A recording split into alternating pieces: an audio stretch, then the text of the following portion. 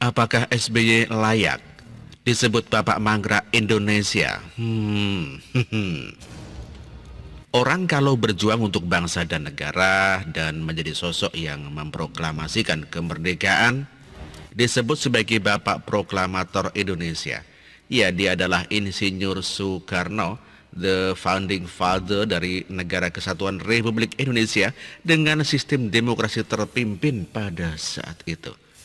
Orang kalau dianggap kerja banyak, membangun banyak disebut sebagai Bapak Pembangunan.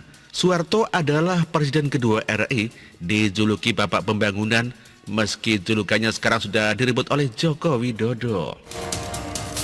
Ya, sekarang Soeharto juga hanya disebut sebagai the smiling president, karena dia banyak tersenyum, senyumannya maut, sambil tersenyum, sambil bertanya, siapa yang suruh kamu tanya begitu?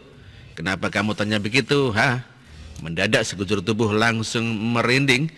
Bulu ketiak saya langsung tajam-tajam menusuk ketiak saya. Orang kalau berpikir banyak dan ilmunya pintar, dia disebut Bapak Pengetahuan. B.J. Habibie, Presiden RI ketiga tersebut, disebut sebagai Bapak Ilmu Pengetahuan. Orang kalau berkontribusi dalam toleransi antar agama, kita sebut sebagai Bapak Toleransi. Gus Dur, Presiden keempat, disebut sebagai Bapak Toleransi Indonesia. Toleransinya menembus langit. Dia bukan kompromikan agama, tetapi dia menunjukkan toleransi sebagai puncak dari keagamaan yang ia anut. Inilah menginspirasi kita semua. Spirit inilah yang membuat Amin Rais mungkin mau Gus Dur dilengsarkan. Kalau orang meninggikan nasionalisme, kita sebut sebagai Bapak Nasionalisme. Presiden kita kelima adalah Megawati yang menunjukkan nasionalisme tinggi dan cinta tanah air. Kita sebut Megawati adalah ibu nasionalisme dan patriotisme.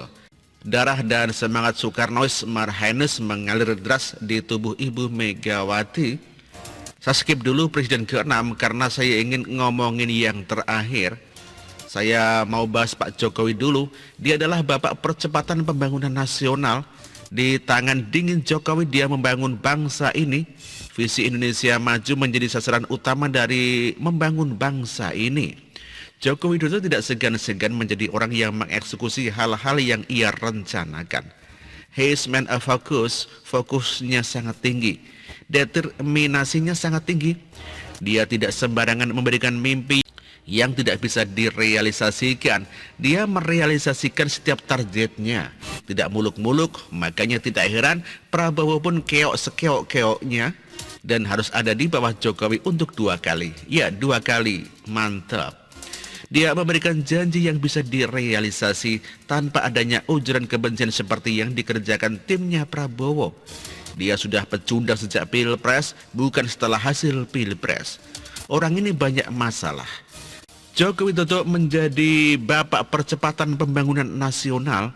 Kepanjangan ya mungkin panjang. Kenapa? Karena memang Jokowi ini sulit dijuluki sebagai satu sebutan. Kemudian Presiden ke-6 SBY kita juluki apa ya?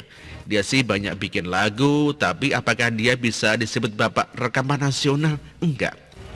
Lagunya masih kalah banyak sama lagu yang saya buat selama hidup. Baik dari lagu saat susah, saat senang, saat di toilet semedi juga. Banyaknya waktu susah sih kalau saya.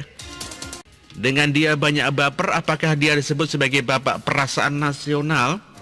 Tidak juga, masih banyak yang lebih baper dari dia. Salah satunya adalah Anies.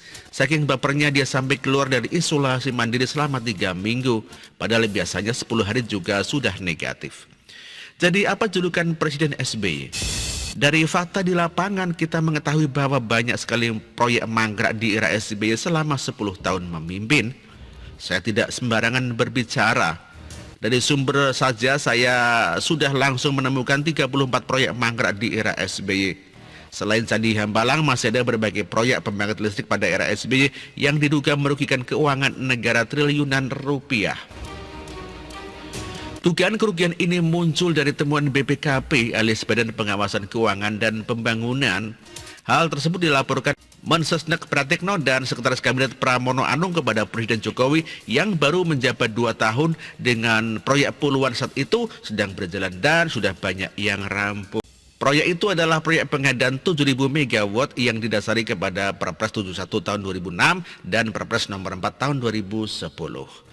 PLN ditugaskan sekitar 7.000 megawatt listrik, tetapi sampai hari ini proyek itu tak terselesaikan, kata Pramono Anung seusai melaporkan hal itu kepada Presiden di kantor Presiden. Dari 34 proyek tersebut ada 12 proyek yang pasti tidak bisa dilanjutkan sehingga mendapatkan potensi kerugian negara. Dari nilai kontrak sebesar 3,76 triliun, buset, angkanya gede banget, segede gaban. Sudahlah, saya nggak mau main fisik. Jadi layakkah dia disebut sebagai Bapak Mangkrak Indonesia?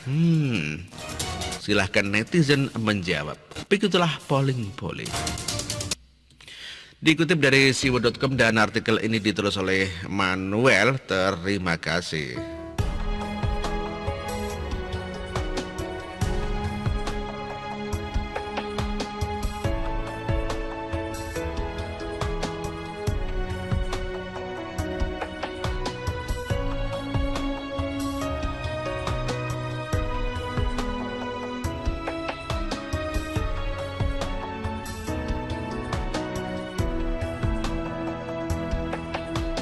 Bersih, jujur dan merakyat,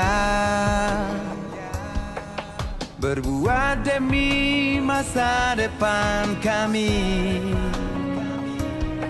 Sosok pemimpin tegas pemberani.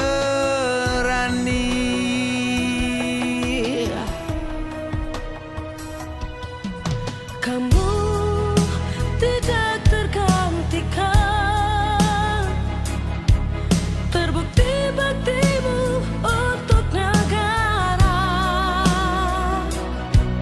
Indonesia Timur bersuara.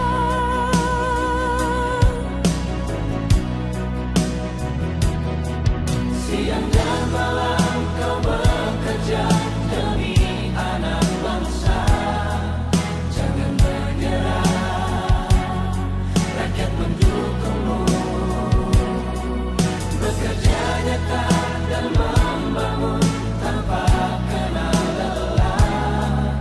Tetap Jokowi 2 periode.